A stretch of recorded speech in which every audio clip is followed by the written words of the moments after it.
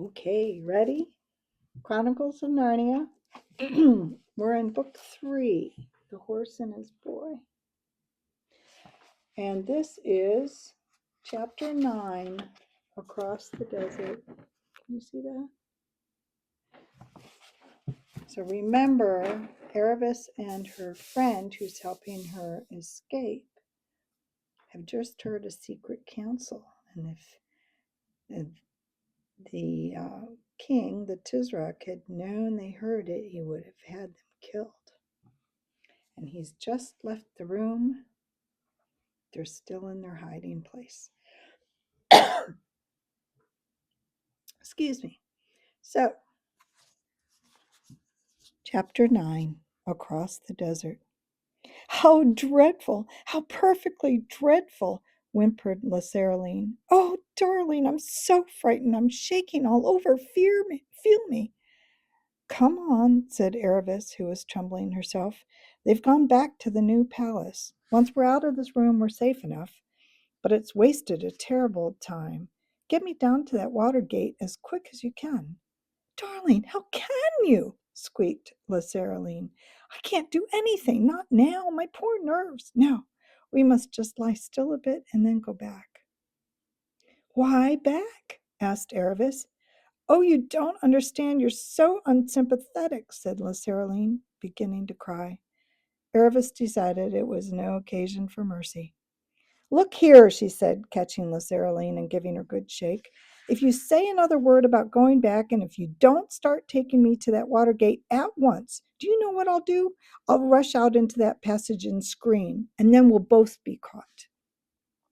But we shall both be killed, said Lacerline. Didn't you hear what the Tizrak, may he live forever, said? Yes, and I'd sooner be killed than married to Hoshta. So come on. Oh, you're so unkind, said Lacerline, and I am in such a state. But in the end, she had to give in to Aravis. She led the way down the steps they had already descended, and along another corridor, and so finally out into the open air. They were now in the palace garden, which sloped down in terraces to the city wall. The moon shone brightly. One of the drawbacks about adventures is that when you come to the most beautiful places, you're so often too anxious and hurried to appreciate them. So that Aravis, though she remembered them years later, had only a vague impression of gray lawns, quietly bubbling fountains, and the long black shadows of cypress trees. When they had reached the very bottom and the wall now rose frowning above them, Lacerline was shaking so much that she could not unbolt the gate. Aravis did it. There, at last, was the river, full of reflected moonlight and a little landing stage and a few pleasure boats. Goodbye, said Aravis, and thank you. I'm sorry if I've been a pig, but think what I'm flying from. Oh, Aravis, darling, said Lacerline, won't you change your mind now that you've seen what a very great man a Hoshta is? Great man, said Aravis, a hideous, groveling slave who flatters when he's kicked, but treasures it all up and hopes to get his own back by egging on that terrible, horrible Tizrak to plot his son's death. Pah, I'd rather marry my father's scullion than a creature like that. Oh, Aravis, how can you say such dreadful things? And about the Tizrak, may he live forever, too. It must be right if he's going to do it. Goodbye, said Aravis, and I thought your dresses were lovely, and I think your house is lovely, too. I'm sure you'll have a lovely life, though it wouldn't suit me. Close the door behind me. She tore herself away from her friend's affectionate embraces, stepped into a punt, cast off, and a moment later was out in midstream with a huge real moon overhead and a huge reflected moon deep down in the river.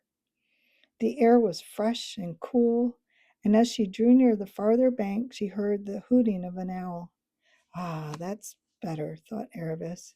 She had always lived in the country and had hated every minute of her time in Tashbaan.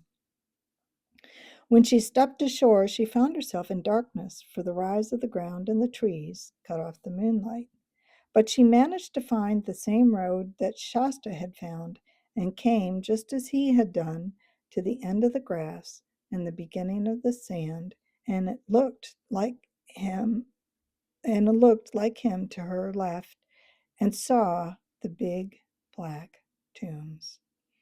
And now at last, brave girl though she was, her heart quailed.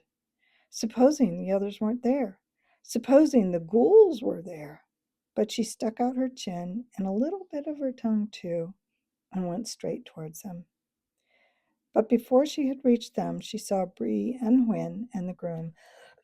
Excuse me. You can go back to your mistress now, said Aravis, quite forgetting that he couldn't until the city gates opened next morning. Here is money for your pains. To hear is to obey, said the groom, and at once set off at a remarkable speed in the direction of the city. There was no need to tell him to make haste. He had also been thinking a good deal about the ghouls. For the next few seconds, Aravis was busy kissing the noses and patting the necks of Hwin and Bree, just as if they were quite ordinary horses. And here comes Shasta. Thanks be to the lion, said Bree.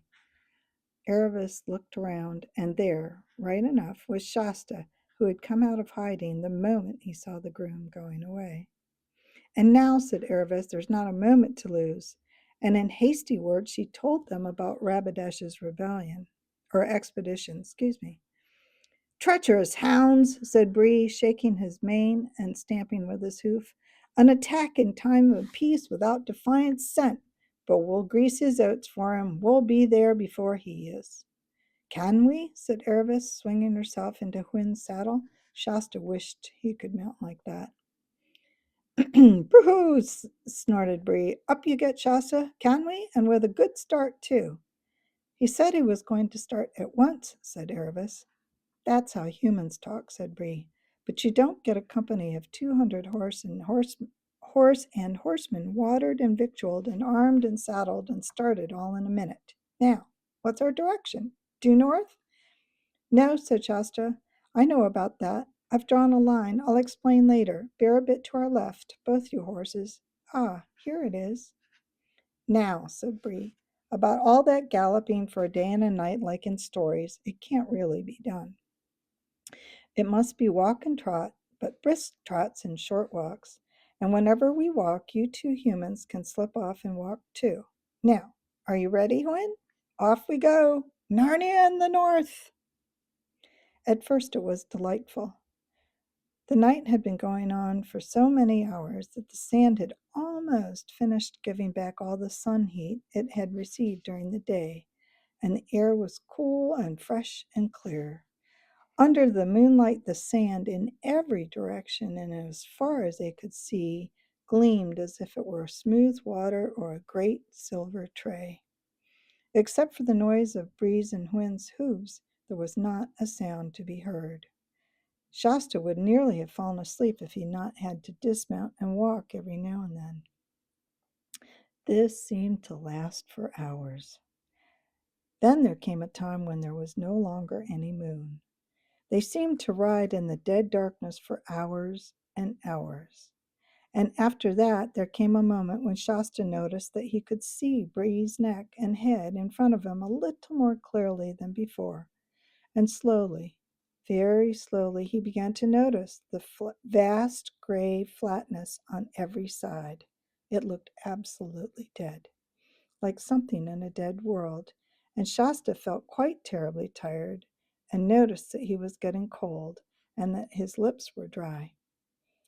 And all the time, the squeak of the leather, the jingle of the bits, and the noise of the hooves, not proppity as it would be on a hard road, but thubbity on dry sand. At last, after hours of riding, far away on his right, there came a single long streak of paler gray low down on the horizon. Then a streak of red. It was the morning at last, but without a single bird to sing about it.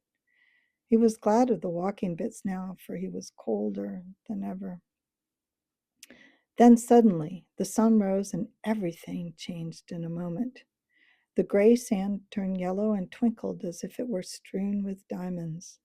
On their left, the shadows of Shasta and Hwin and Bree and Aravis, enormously long, raced beside them.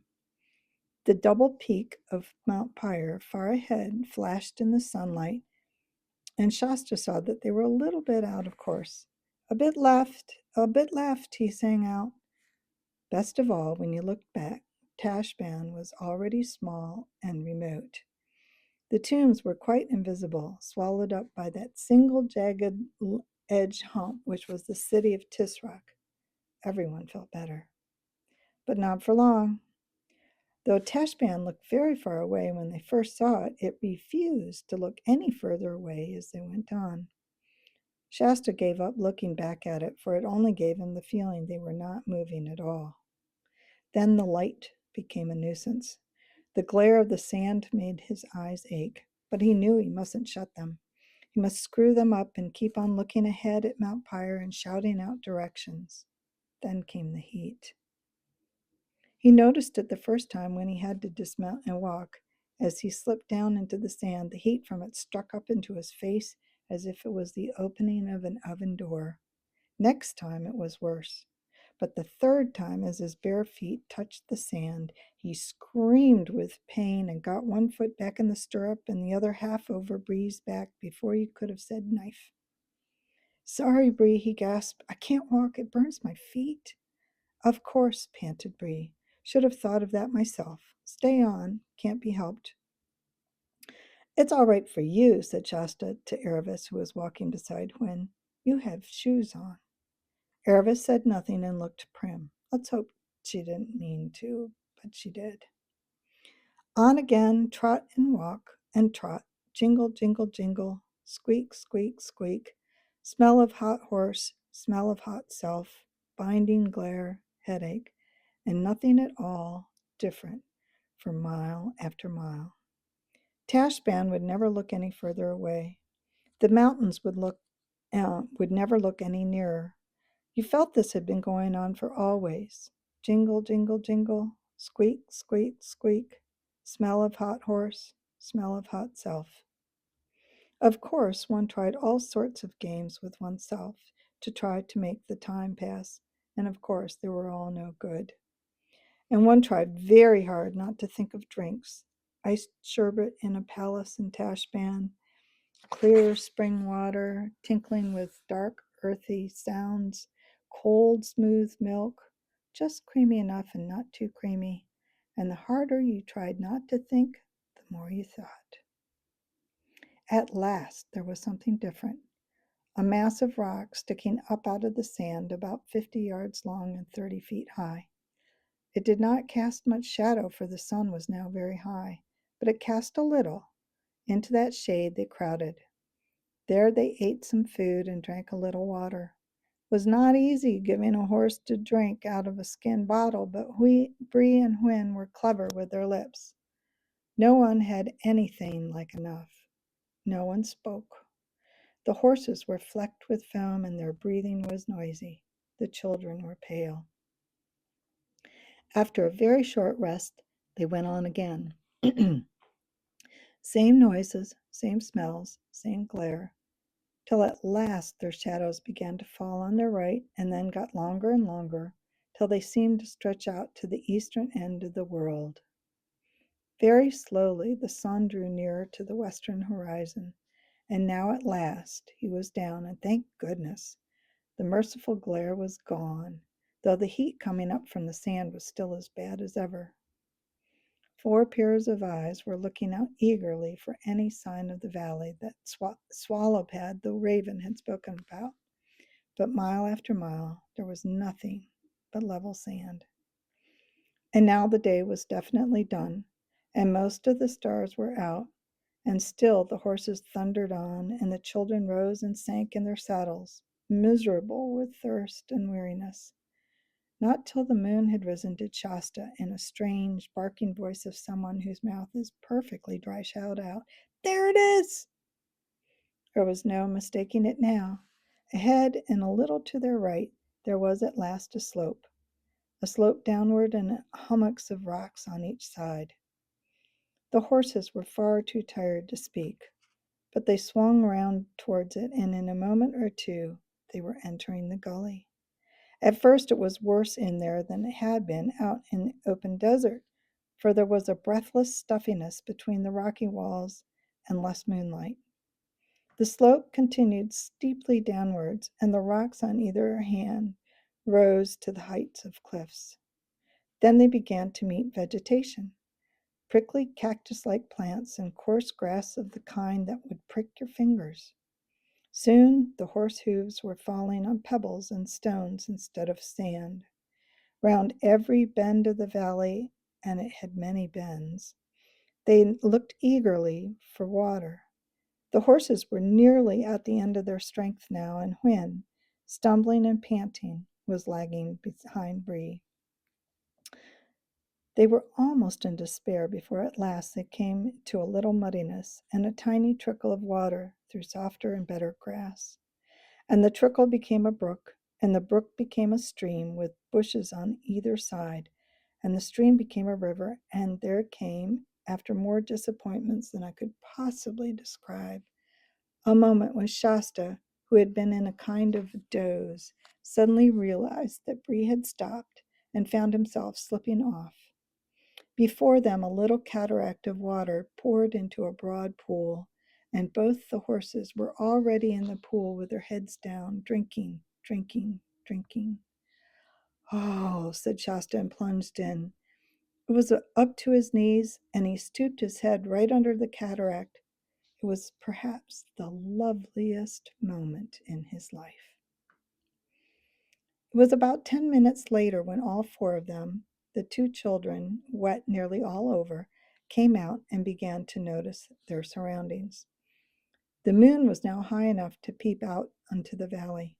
There was soft grass on both sides of the river, and beyond the grass, trees and bushes sloped up to the bases of the cliffs.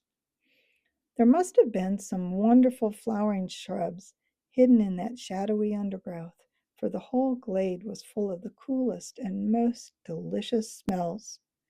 And out of the darkest recess came from among the trees, there came a sound Shasta had never heard before, a nightingale. Everyone was too tired to speak or to eat. The horses, without waiting to be unsaddled, lay down at once. So did Aravis and Shasta. About 10 minutes later, the careful Hwin said, "But we mustn't go to sleep. We've got to keep ahead of Rabidash." "No," said Bree slowly. "Mustn't go to sleep. Just a little rest." Shasta knew, for a moment, that they would all go to sleep if he didn't get up and do something about it, and felt that he ought to. In fact, he decided that he would get up and persuade them to go on. But presently, not yet, not just yet. Very soon the moon shone, and the nightingale sang over two horses and two human children, all fast asleep. It was Aravis who woke first. The sun was already high in the heavens, and the cool morning hours were already wasted. "It's my fault," she said to herself furiously as she jumped up and began rousing the others. "One wouldn't expect horses to keep awake after a day's work like that, even if they can talk. And of course that boy wouldn't. He's had no decent training. But I ought to have known better." The others were dazed and stupid with the heaviness of their sleep. "Hey ho, bruhos," said Bree. "Been sleeping in my saddle, eh? I'll never do that again. Most uncomfortable." "Oh, come on," said Aravis. "We've lost half the morning already. There isn't a moment to spare." "A fellow's got to have a mouthful of grass," said Bree. "I'm afraid we can't wait," said Aravis. "What's the terrible hurry?" said Bree. "We've crossed the desert, haven't we?"